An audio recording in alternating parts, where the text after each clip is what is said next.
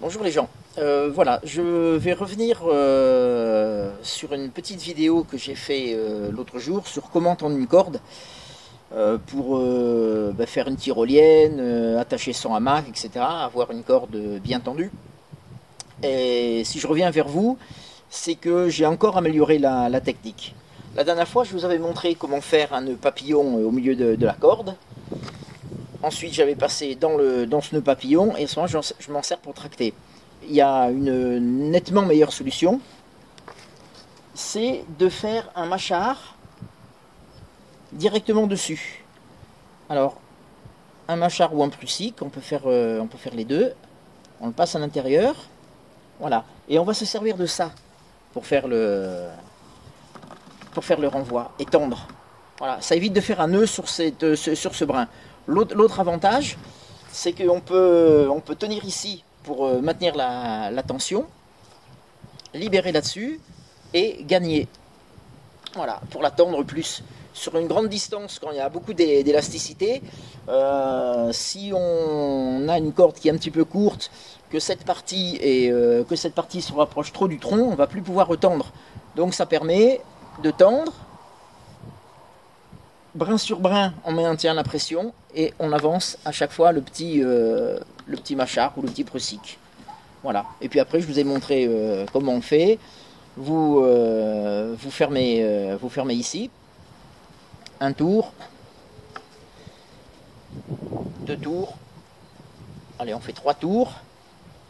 Et puis le quatrième, on bloque. Voilà. C'est une des meilleures méthodes pour tendre une corde. Alors pour faire son mâchard ou son prussique, le mieux c'est de faire un autre corde qui doit être à peu près, ouais, on va dire à peu près comme ça. Alors là, une des meilleures façons, c'est de faire ce qu'on appelle le nœud de pêcheur. Alors, le nœud de pêcheur, c'est très simple. Vous faites une boucle classique, hein, une simple boucle comme ça. Et de l'autre côté, vous rentrez à l'intérieur de la boucle avec l'autre brin. Et vous faites pareil, vous faites une boucle autour de ce brin.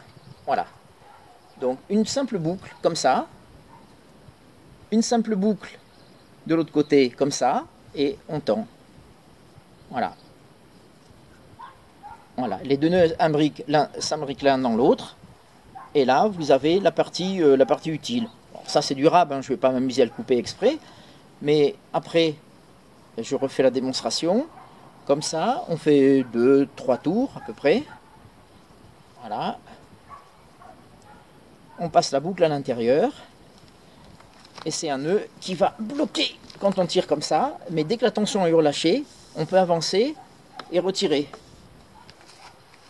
Voilà, très simple. Et comme je vous dis, l'avantage de cette méthode, c'est que ça évite de faire un nœud qui va être, si on fait une tyrolienne, on va mettre tout son poids dessus. Et ça évite de le souquer, qu'il soit difficile à défaire. Sachant qu'on peut très bien repartir plusieurs fois. On fait un sur ce brin, un deuxième sur ce brin, et comme ça on multipliera à chaque fois la force par deux. Mais déjà là, on peut commencer à souquer, à tendre les choses bien comme il faut. Et je voulais rajouter quelque chose. Voilà, quand on fait un nœud qui va être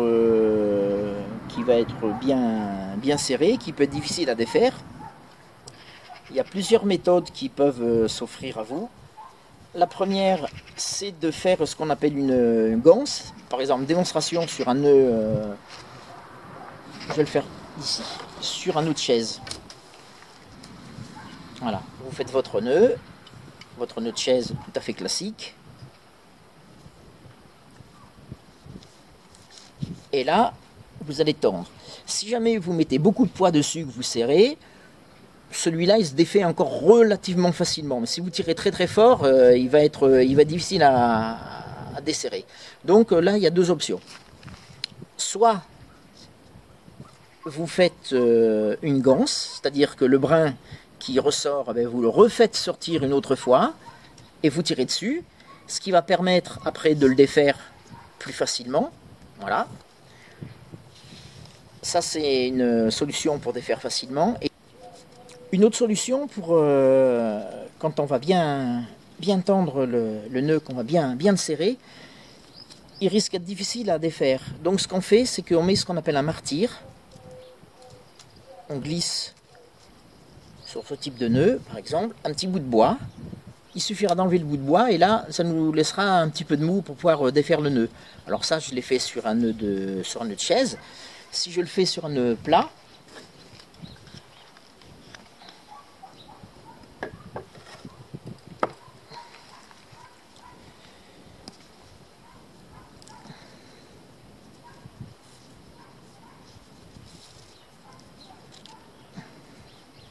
voilà, si jamais je mets tout mon poids et que je tire comme un malade dessus, je risque d'avoir des difficultés à le défaire.